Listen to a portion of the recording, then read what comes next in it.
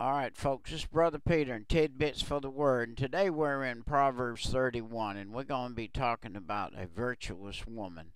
And this is a hard subject nowadays to be even mentioning. And a lot of people say, well, what is a virtuous woman? Well, we're fixing to find out. Let's quickly read verse 10 of 31. It said, "Who can find a virtuous woman? For her price is far above rubies." Now, we're probably going to have to do two complete excerpts, 10-minute excerpts, at least 20 minutes, and maybe even 30 minutes to get through this. But talking about a virtuous woman, that's a woman who is chaste. That's a woman who stays home when she's supposed to, who comes home and is a homemaker. She cooks meals for the family. She cleans the house. She tends things like an older lady would, or a lady from the past, we'll have to say, would. Our modern day ladies, I'm sad to say, many of them have totally not been taught. It's not that they're bad women, it's not that they're awful women or anything, it's just that they hadn't been taught. Because they haven't been taught, they're probably going to raise their new child and not teach them either. So, virtue is a thing that doesn't just come by itself, it's a learned process. And so, what we've got here, and the Bible says, if she is a virtuous woman, her price is far above rubies. It said, the heart of her husband does safely trust in her, so that he shall have no need of spoil. Do you know, my wife and I've been married 48 years. I got married in 1962, and my wife and I didn't have telephones, outside telephones that you carry around in your pocket for 10 or 12, 15 years, 20 years even. And we'd go to work two separate places, and we wouldn't see each other for 12, 14, 16 hours. And there never was a worry. There never was a thought about, well, from her, my husband's doing this or that, or going here or doing that. And it never was a thought about from me to her saying, well, she's doing this or that. When we made our vows were virtuous. They said we would keep ourselves for each other. And then there wasn't any question about that, and there never should be. But in today's world, everything is topsy-turvy with television like it is and all that. Now, in verse 14, it says, she is like a merchant ship. She bringeth her food from afar. What they're saying here is she prepares the food for the house, and she prepares exotic food. She prepares food that came from afar, that is good food. And just for instance, right now, today, this very day, I ate an apple that came from somewhere afar off, but it was sure a good apple, and my wife provided that apple. And in verse 16, she considereth a field and buyeth it. With the fruit of her hands, she planteth a vineyard. And what he's saying here is she helps support. She does some things. She's working in the garden. You're out working on a job, making some payroll, and she's out there bringing in some food, making some food. Well, nowadays, women aren't planting gardens like they used to.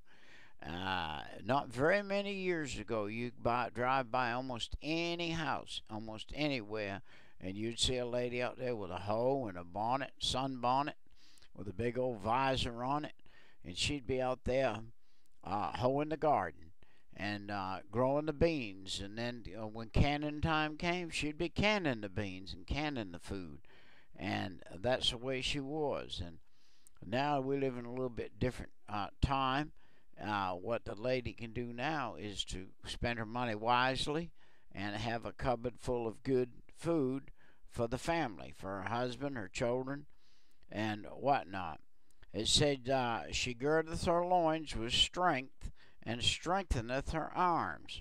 She's not lazy. She keeps her arms strong, and she keeps her loins girded about her. She's a private lady. She keeps herself covered, and she is a chaste lady. if you please. Verse 18 says, she preserveth uh, that her merchandise is good. Her candle goeth not out by night. And even though she worked all day and she has worked into the night, her candle doesn't go out by night. She works late in the evening and does things, and sews and knits and does things around the house and things. So she's not. She leaveth her hand to the spindle, and her hands hold the distaff. She's going to take some wool, some hair, or some things, and back in the Bible days, and she's going to turn that spinning wheel, and she's going to spin some yarn extra time at night in the evening, and so that the next day she can take that yarn and use it or sell it or do something with it. And she's going to work late up into the evening and do it. So that's what she's going to do. And she's going to straighten out her hand to the poor. And yes, she's going to reach forth her hands to the needy. She's going to help the poor neighbor next door. She's going to help the needy. She's going to jar up and can up some food and look across the fence and see a neighbor in need and hand them some canned food or some fresh vegetables. And she's going to consider others around her, not just her own household.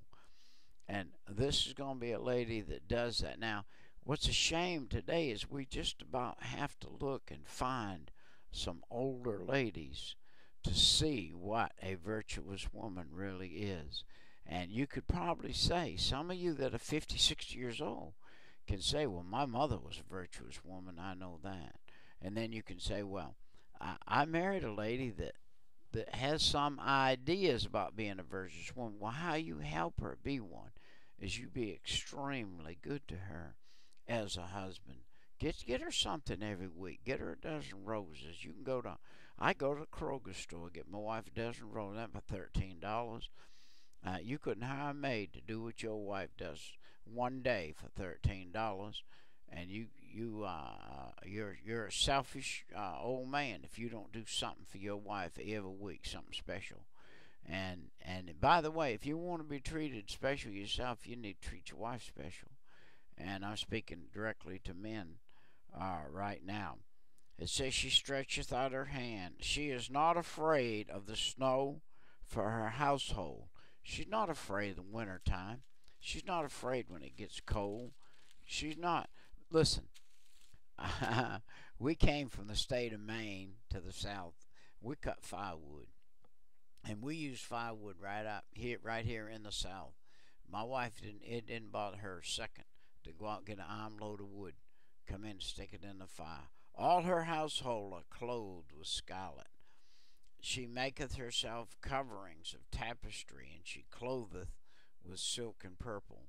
Listen, this is a lady that is respectful, and she wants her family to look good. Her husband is known in the gates when he sitteth among the elders of the land.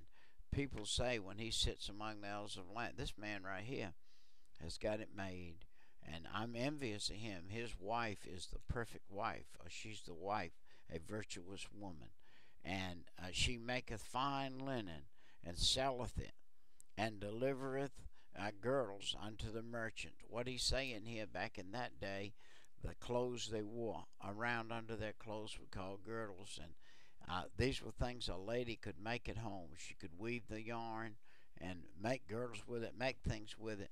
And this is what a virtuous woman is. She's a woman that not only takes care of the house, takes care of everything, but she also sells stuff outside of the house. She makes products and things that are outside of the house.